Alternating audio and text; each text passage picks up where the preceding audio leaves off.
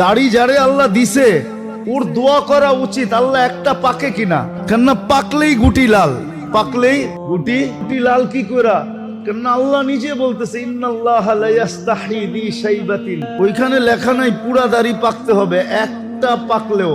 ইব্রাহিম আলাইহিস সালামের একটা পাক ছিল, সারা আলাইহিস সালাম বলতেছে ইব্রাহিম এটা আবার কি, মা হাযিহিল বিয়াদ, এই সাদা এটা আবার কি, উঠায় ফেলা। তো বোর কথায় উঠাইতে গেছিলেন, হাত বাড়াইছেন, আল্লাহ উপর থেকে আওয়াজ দিছে খলিল হাত নামান। কয় কেন? কয় এটা সাদা না, এটা সম্মানের সিল, তোমাকে সম্মানিত করার চিহ্ন দিলাম, চিহ্ন সাদাটা সম্মানিতের চিহ্ন। তো যার দাড়ি উঠছে ও তো কাটবে দূরের কথা, ও তো সারাদিন খতম পড়াবে, একটা পাকে কিনা। যদি কয় পাকে কি জন্য, কয় পাকলেই তো গুটি লাল, আল্লাহ লজ্জা করবে শাস্তি দিতে, আর কি দরকার। আর জাগো সব ডিপাইকা গেছে, ওগো তো কোনো কথাই নেই, ওগো তো ডেলি খুশির জন্য মানুষে ফুল দেওয়া দরকার।